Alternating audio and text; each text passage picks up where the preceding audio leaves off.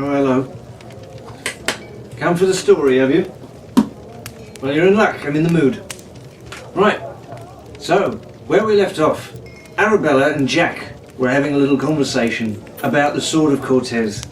Arabella tells Jack that there's a ship in Salty Cove in 3 days and set sail for goodness knows where. So, come closer and I'll continue the tale.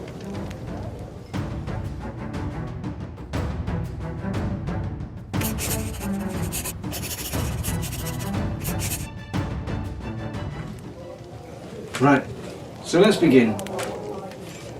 Chapter 3. 3 days later, several hours after the sun had already set, Arabella was scowling and pacing. Sometimes she would stop to glare angrily at the rolling sky and impatiently tap her foot. It should have been so easy. An idiot could have followed her directions. The rain hadn't stopped since the night she'd met Jack. The tiny shack on Salty Cove, where she was waiting for him, leaked worse than her father's tavern, and that's really saying something. She chose to move outside, under the eaves, near where their boat was docked. She'd lit 3 torches to guide them through the stormy night. The boat was a tiny thing, little more than a fancy fishing vessel. The name Barnacle was painted gaudily across the stern. But she was seaworthy, and the sails looked in good shape. And far more importantly, she really did seem to be abandoned. Where is he? Arabella wondered, with increasing frustration. Then there was a loud crash in the scrub at the head of the cove. Arabella put her hand on the dagger she had hid in her pocket. My lady! Jack came falling out of the woods, not at all on the trail Arabella had mapped out, and staggered forward onto the tiny beach. He bowed dramatically. I am here. Let us set sail and let the adventure begin. His shirt was torn at the sleeve, and his hair was a mess. There was something that looked suspiciously like blood on his trousers. Mr. Sparrow, Arabella breathed, trying not to show her relief. You're hours late. What happened? I thought I gave you specific instructions. Yes, well, he half hid his mouth by scratching at his nose and looked away so he couldn't see his eyes. A number of obstacles, flotsam and jetsam really. Nothing important, but I'm here, aren't I? You've been in a fight, Arabella sighed, taking his hand and pulling it away from his face. A straight, deep cut went from his cheekbone almost to his mouth. I found my sack, Jack admitted, holding it up happily. And though you may not believe this to be possible, being as it was in hands as capable as my own, the map was misplaced. You lost the map? Arabella scolded. Then how on earth did you find me? There are any number of ways to reach a desired destination, lass. Arabella shook her head grimly and kicked her muddy pile of bags against the barrel she'd rolled all the way there. It had taken most of her spare time to sneak what they needed away from the tavern. She scowled at Jack, who repositioned his newly found sack on his shoulder. The point is, I'm here. Tide's rising. Mustn't waste time, shall we, lassie? Jack asked, extending his arm towards the boat. Call me lassie again, and you'll be drinking up the tide, Arabella grumbled under her breath as they began to load up the barnacle. Halt! A sudden voice rang out. Jack slumped and sighed. Oh, now what? I am coming with you, the voice continued. Jack looked up. Standing at the trailhead, one foot placed dramatically on a rock, was a handsome, well-dressed young man. He was about the same age as Jack and Arabella, but that was where the similarities ended. He was tall and broad-shouldered, and he wore an immaculate jacket and a pair of breeches that would cut perfectly to his figure. All his buttons were polished, and an elegant sword hung from his belt. Jack looked at the other boy with a sneer. Sorry, chap, he began. This boat is ready to set sail. The crew, meaning Bill here and myself, are no longer accepting passengers. Go home to the pleasant estate you came from and have a nice life. I am Fitzwilliam P. Dalton III, the young man said, ignoring Jack and striding forward. I don't care if you're Pope Fitzdalton P. William VII, Jack said. I don't know what you're doing here, but we are very busy sailors with very important things to do. So if you don't mind, we'll just raise the sails, set our course, etc., etc. All without you, and be on our way. He pressed his hands together and gave a mocking bow, then quickly turned on his heel back towards the barnacle. Very busy, important sailors, Fitzwilliam said with badly hidden scorn. He carefully removed from his pocket a piece of cloth and delicately unfolded it. "The map!" Arabella whispered. She recognized it at once and glared at Jack. Fitzwilliam haughtily read aloud, "Meet Arabella at the spot at dusk in order to commandeer boat, find Sword of Cortez, eliminate Captain Tourniquet, acquire the perfect hat, become captain, rule entire Caribbean, live happily ever after." "Oh, Jack," Arabella said, clearly embarrassed. "I suppose I have not arrived too late for the hat part," Fitzwilliam added, looking meaningfully at Jack's ragged hair. Yes, so what?" Jack said impatiently. "So I have a life plan. What do you have? Well, besides a fancy silk suit that you seem to like to wear in the pouring rain while wading through the mud." Jack turned to Arabella and whispered, "The pastime of these aristos are so sick and odd, yet strangely intriguing." "I have decided to accompany you," Fitzwilliam announced grandly, and produced his own kit bag. It was much nicer than anything Arabella or Jack had, made of new leather and probably full of nice, expensive things. Jack opened his mouth to protest, but Arabella silenced him. "Why?" she asked, intrigued. "You're obviously wealthy, and don't have the need we do for treasure. A man in your position can do anything he wants.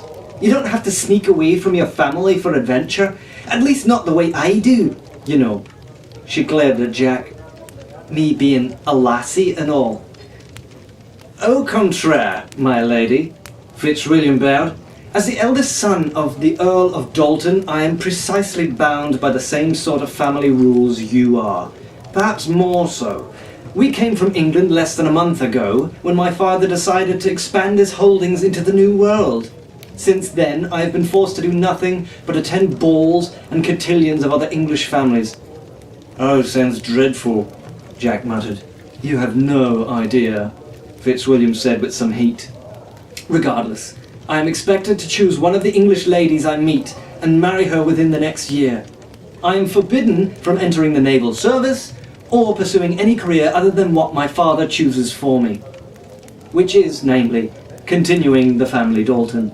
Which means chaperoned walks with stupid rich girls, dinners with my father's friends who are 3 times my age, and acres of banana trees." "Sounds dreadful," Arabella echoed Jack. "I'd take drunken old sailors over a bunch of bananas any day." "So when I found this, it was a sign." Fitzwilliam held up the map. "My escape, my destiny, my adventure." "Your exit," Jack said quickly. "The high seas are no place for a well-born foot like yourself. Run along now, Fitzy. Bye-bye." "Oh, come on, Jack. He could be useful," Arabella whispered. "He can afford supplies when we run out, and it would be handy to have another pair of strong arms aboard." "You seem to be man enough for the job at hand," Jack said. "Thanks," Arabella said. "I think." "It matters not," Fitzwilliam interrupted. "I am coming." "No, you're not," Jack said. The 3 stood there quietly for a moment.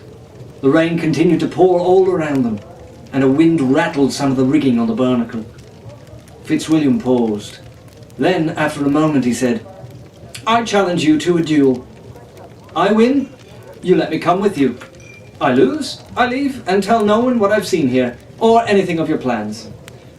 "Oh, Fitzy, I would really love to," Jack said, not really sounding regretful. "But as it happens, I have yet to acquire the sword I really want. No sword, no duel. No boarding the ship for you. So sorry." "Oh, that's not a problem," Arabella said, with a mischievous look on her face. "When I was cleaning out the boat, I found half a dozen rapiers stored in a chest. She went over to the barnacle and triumphantly pulled out a cheap, rusty old sword. She tossed it to Jack. "Here you go." "Thank you, my lady," Jack said, through gritted teeth. He caught the sword easily and tested its weight. It wasn't very well made. Fitzwilliam pulled out his own weapon, a beautifully balanced rapier, which he made a clean swoosh in the air as he saluted his opponent. "Show off," Jack muttered. Then they leapt forward. The blades met with a loud clang. Sparks scattered on the dark beach. Jack moved energetically forward and back, lunging and dipping and posturing. Fitzwilliam barely moved at all, using short, quick swipes of his wrist to parry his opponent. When he did move in, it was with precise, quick, controlled footwork. "This is going to be a massacre," Arabella said, feeling a little sorry for Jack. Fitzwilliam obviously had the advantage of years of training, probably from some great English arms master. The nobleman was also almost a full head taller than Jack, and muscled, where Jack was slender. Jack had no shortage of enthusiasm, however, and he was full of little tricks, like leaping up on rocks and driftwood to avoid the tip of Fitzwilliam's sword. But all of his talents combined were no match for the would-be next Earl of Dalton. Grimacing in concentration, Fitzwilliam redoubled his attack. He lunged forward with all his strength. Jack avoided the worst blow by throwing himself to the ground and rolling backwards. But when he sat up, rapier in his hand, Fitzwilliam was already above him, his sword at Jack's throat. "Yield," Fitzwilliam commanded, grinning in triumph. Jack frowned. For a moment it looked like he was going to refuse. He finally sighed and dropped his blade. All right, you don't have to act all superior about it," he muttered. Fitzwilliam sheathed his rapier with a satisfying snick and put his hand out to help Jack up. A gracious loser as well as a busy and important sailor. "I see I am blessed in the capabilities of my shipmates." Jack batted Fitzwilliam's hand away and leapt up by himself. "Fitzy's quite annoying, eh?" he whispered to Arabella. She didn't entirely disagree. Strong and capable and handsome he might be, but Fitzwilliam P. Dalton III definitely also had the makings of a first-class snob. "Well then, we're a team," Arabella said, putting her hand out. For the first time, Fitzwilliam looked unsure. Taking her hand hesitantly, he probably had never shaken hands with a woman before. Jack put his hand on top of the other two, grinning with sudden enthusiasm. "To adventure!" he toasted. "To adventure?" Arabella repeated, grinning. "Yes, to adventure," Fitzwilliam said, slowly and seriously. "And, of course," Jack added, smiling, "to treasure and freedom." And I'm afraid that's all we have time for tonight. So remember, may your sailing be smooth, the wind always at your back, and may your compass always point true. Good night.